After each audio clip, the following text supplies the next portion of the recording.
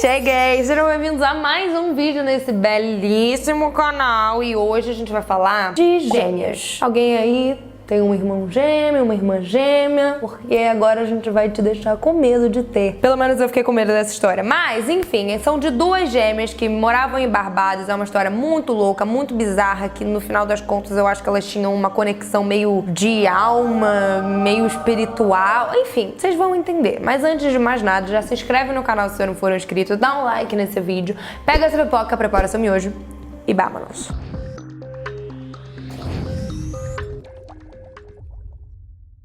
Jennifer e June Gibbons nasceram em 1963 em Barbados. Apesar de terem nascido em Barbados, elas foram criadas no país de Gales. Elas eram filhas de Audrey Gibbons, que era técnico da Força Aérea Real, e a Gloria, que era mãe delas, era dona de casa. As duas eram literalmente inseparáveis. Brincavam juntos, tomavam banho juntos, saíam juntos, dormiam, tudo elas faziam juntas. Se davam super bem e, diferente de algumas crianças, elas demoraram um pouco mais a aprender a falar. Por elas serem negras e terem sido transferidas para uma comunidade 99,9% branca, elas acabaram sofrendo muito racismo, bullying, enfim, por conta de terem uma cor diferente da maioria das pessoas de lá. Na verdade, para vocês entenderem o nível da complicação dessa situação, chegou ao ponto do diretor e os professores da escola deixarem elas saírem de 5 a 10 minutos antes da aula acabar, antes de todos os alunos saírem, para evitar essas confusões e esse preconceito que elas sofriam na saída e entrada da escola. Infelizmente, por serem vítimas desde tão novas desse bullying e preconceito, racismo tão severo, desde muito novas, elas meio que se retraíram, sabe? Elas ficaram mais quietas, mais na delas,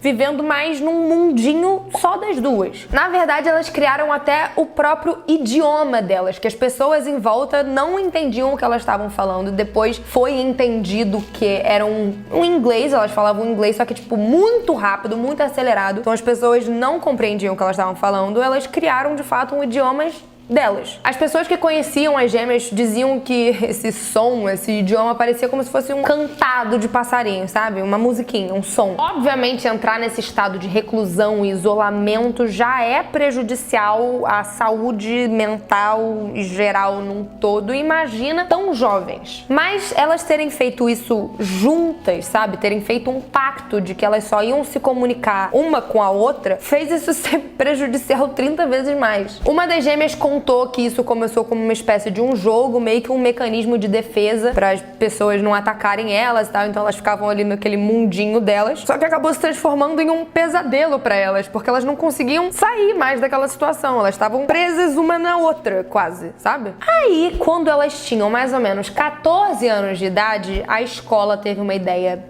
de jirico de separar as duas, com o intuito de vamos separar elas para ver se elas interagem com pessoas diferentes, mas ao invés de melhorar, isso piorou ainda mais. Literalmente aconteceu o exato oposto. Elas ficaram mais isoladas, mais excluídas, mais reclusas, e elas iam pra casa só pra se trancar no quarto e ficar estudando sobre literatura, poesia. Em um Natal, as duas meninas foram presenteadas com tipo um diário de couro vermelho, e elas escreviam nesse diário diferentes tipos de coisas e situações. Eu imagino que todo mundo aqui já teve um diário na vida e não queria que ninguém lesse. Eu, por exemplo, no meu diário eu tinha um cadeado.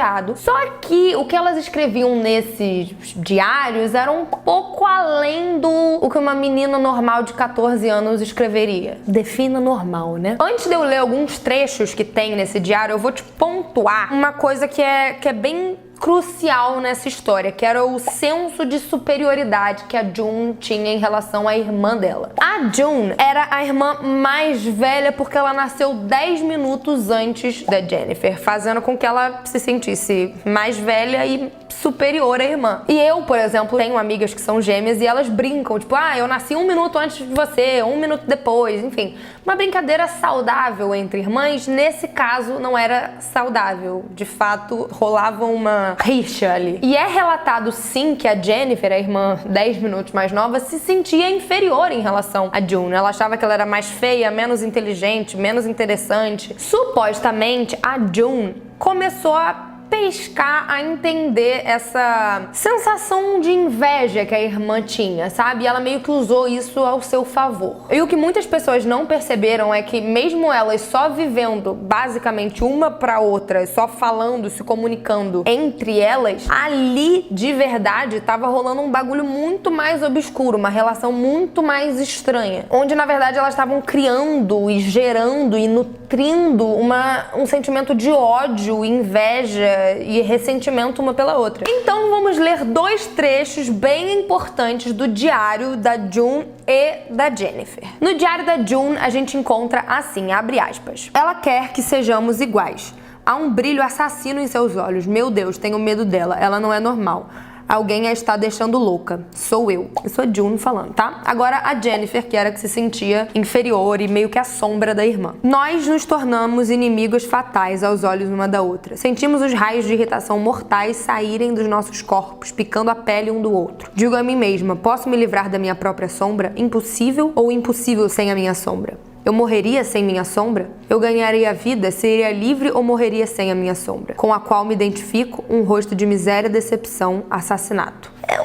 Um linguajar estranho, né? Aqui elas tinham o quê? 14 anos, sabe? São crianças com esse sentimento muito obscuro e louco pela irmã gêmea, você não acha? Elas tinham essa sensação de que as duas não conseguiriam viver juntas, sabe? Uma teria que falecer pra outra poder viver, sabe? E de fato, esse sentimento se tornaria algo mortal para uma delas no futuro. Assim, as irmãs começaram a escrever, já que elas não falavam com ninguém, né? Mais e mais. Escrever peça de teatro, poema, poesia, escrever mais coisa no diário delas. E o grande objetivo delas era que elas fossem reconhecidas pela escrita delas. Só que elas estavam vendo que isso não estava dando certo. As pessoas não reconheciam o talento na escrita delas. Segundo relatos, aos 18 anos de idade, as duas perderam a virgindade com 2 garotos americanos. Só que logo depois os 2 meio que deixaram elas, porque eles não queriam nada sério. Isso, junto ao fato da carreira de escritora não dar certo, a fama não ter chego, as duas resolveram começar a cometer pequenos crimes. Só que não demorou muito para as duas serem pegas, serem levadas à delegacia. Só que ao invés delas responderem os crimes no tribunal, elas foram consideradas mentalmente instáveis e foram internadas em uma instituição de segurança máxima. E aí, vamos entender aqui, as duas foram colocadas nessa instituição, mas não juntas. Elas foram colocadas em cantos opostos, tipo, uma na área sul e outra na área norte do bagulho, sabe? Elas não se viam, não tinham contato, não sabiam o que a outra estava fazendo. Só que o comportamento que as enfermeiras observavam era extremamente bizarro. Isso porque, mesmo longe uma da outra, as duas pareciam que eram a mesma pessoa, elas agiam da mesma maneira. Elas ficavam congeladas na mesma posição, ficavam fazendo a mesma coisa, o que era inexplicável porque as duas não sabiam o que a outra estava fazendo. Aí as coisas pioraram quando elas começaram a se machucar e a ter comportamentos cada vez mais sinistros. Mesmo assim, a instituição determinou que elas não eram tão alto risco assim como tinham determinado. E elas não precisariam ocupar mais uma instituição que fosse de segurança máxima. Elas poderiam ir para um lugar que tivesse uma segurança mais leve, mais boa. Nessa época, bom ressaltar que as duas já tinham 31 anos. Elas viveram quase a vida inteira, então, nessa instituição, né? Acho que elas ficaram exatamente os 12 anos. Nessa época, elas fizeram amizade com uma jornalista que se interessava muito pela história delas, porque era de fato uma coisa muito curiosa que estava acontecendo. O nome dessa jornalista era Marjorie Wallace. Ela era escritora e jornalista, estava super curiosa com o caso das duas e estava lá para pesquisar mais a fundo sobre a história delas. As irmãs fizeram amizade com essa jornalista também e começaram a se comunicar com a jornalista também. Em uma dessas visitas que a jornalista fez a essas irmãs, aconteceu uma coisa um tanto quanto esquisita. Enquanto a Marjorie tomava um café com a Jennifer, ela simplesmente disse: Marjorie, eu vou ter que morrer. E obviamente a jornalista não entendeu nada, ficou preocupada com a situação e falou tipo, como assim, Jennifer? O que você tá falando? Você não tem que morrer nada, você tem uma vida pela frente, você é nova, você tem 31 anos na cara. O que tá acontecendo? E a resposta simples, porém aterrorizante da Jennifer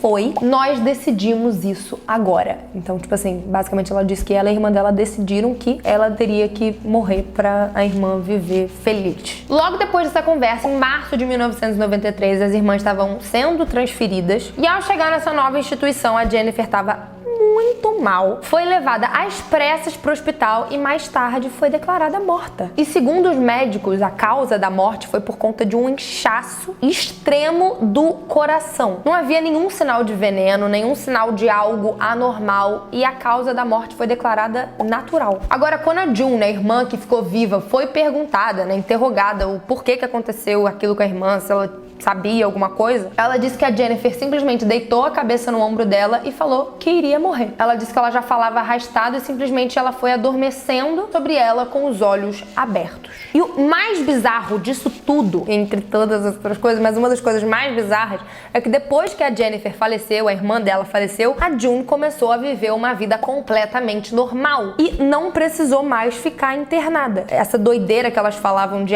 uma pra viver, a outra tem que falecer, meio que aconteceu, era isso. Depois da morte da irmã, ela se mudou pra perto dos pais, integrou novamente a sociedade. Mas o que eu quero ler pra vocês é o poema No Túmulo da Jennifer. Abre aspas. Uma vez fomos duas, as duas éramos uma. Não somos mais duas, senão uma através da vida. Descanse em paz. O louco desse poema é que reflete exatamente o sentimento que uma irmã tinha pela outra, né? Essa loucura de somos uma, vivemos no corpo de somos duas, mas somos uma. É uma confusão meio louca, mas que faz um pouco de sentido, mas ao mesmo tempo nenhum sentido. Ao contrário de que muitos esperaram nessa história aqui, que uma ia tirar a vida da outra, não, acabou que foi de fato uma causa natural. Mas a interpretação final que fica, ao meu ver, e eu quero saber a sua opinião, elas tinham esse sentimento muito forte dentro delas de que elas não iam conseguir viver uma vida normal se a outra estivesse viva. Uma teria que prevalecer, digamos assim. E nessa relação de amor e ódio das irmãs, uma acabou cedendo a vida para que a outra pudesse viver em paz. Gente, que loucura! Vocês já tinham ouvido alguma história louca desse jeito? Porque pra mim foi a primeira vez. Descobri que tem um filme lançado em 2022 que conta essa história, se vocês quiserem assistir. Tem também essa biografia que essa jornalista fez também, a Marjorie. Enfim, que história babada. Eu quero muito saber a opinião de vocês aqui nos comentários, se isso foi uma doideira da cabeça delas e elas acabaram falando tanto que se tornou verdade, ou se de fato uma tinha que morrer pra outra viver. Enfim, se inscreve aqui no canal se você não for inscrito ainda, dá um like nesse vídeo se você gostou, porque isso me ajuda muito. Minhas redes sociais vão estar aqui embaixo. Um beijo, fiquem com Deus. Fui!